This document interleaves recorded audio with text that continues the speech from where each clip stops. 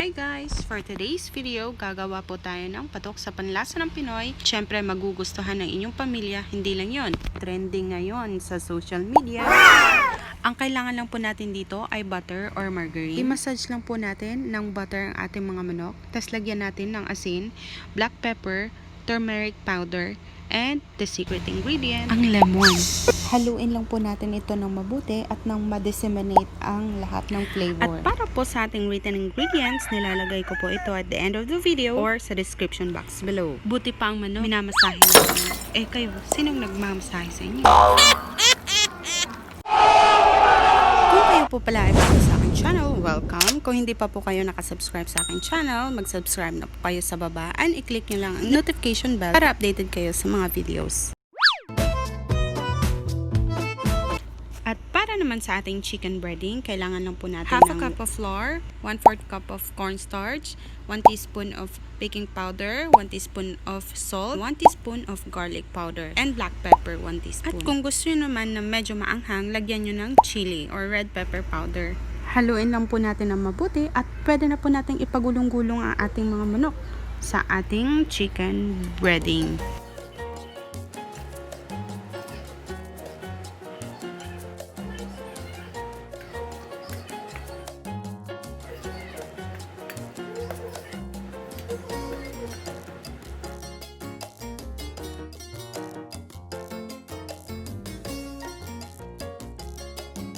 Para mas crunchy ang ating chicken, gagawa po tayo ng egg wash. So, kailangan lang po natin ng egg and milk. At opo, magsi-second coating po tayo dito para nang sa ganun ay mas malasa at mas masarap ang ating mga manok.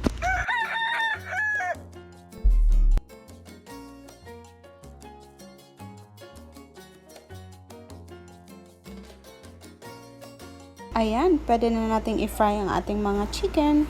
Before natin iprito ang ating mga manok, we have to make sure na ang mantika ay mainit na po. And low fire lang po ito to make sure na well cooked ang ating chicken at hindi nasusunog. Mahina lang po at hindi malakas ang ating apoy. Lutuin lang po natin ito hanggang sa mag-golden brown ang kulay niya, okay?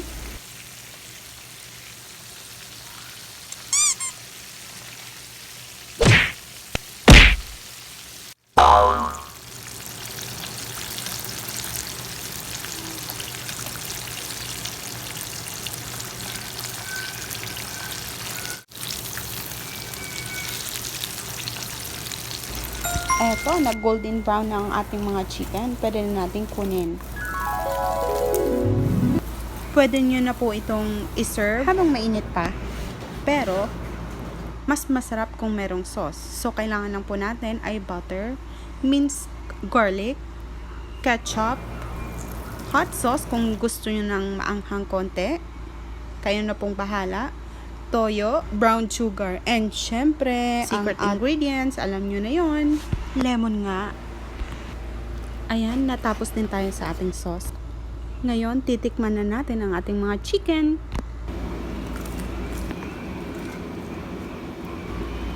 Narinig nyo yon kung gaano ka-crunchy? Isa pa.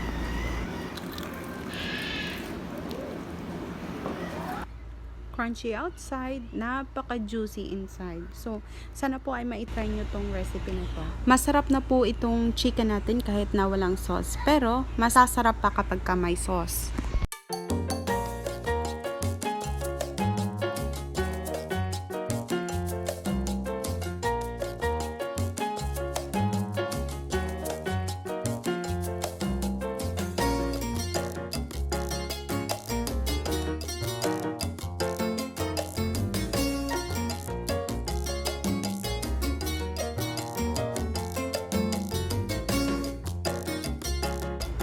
At eto na po, ang ating hinihintay na taste test. Ngayon, tikman na naman po natin ang ating manok na may sauce.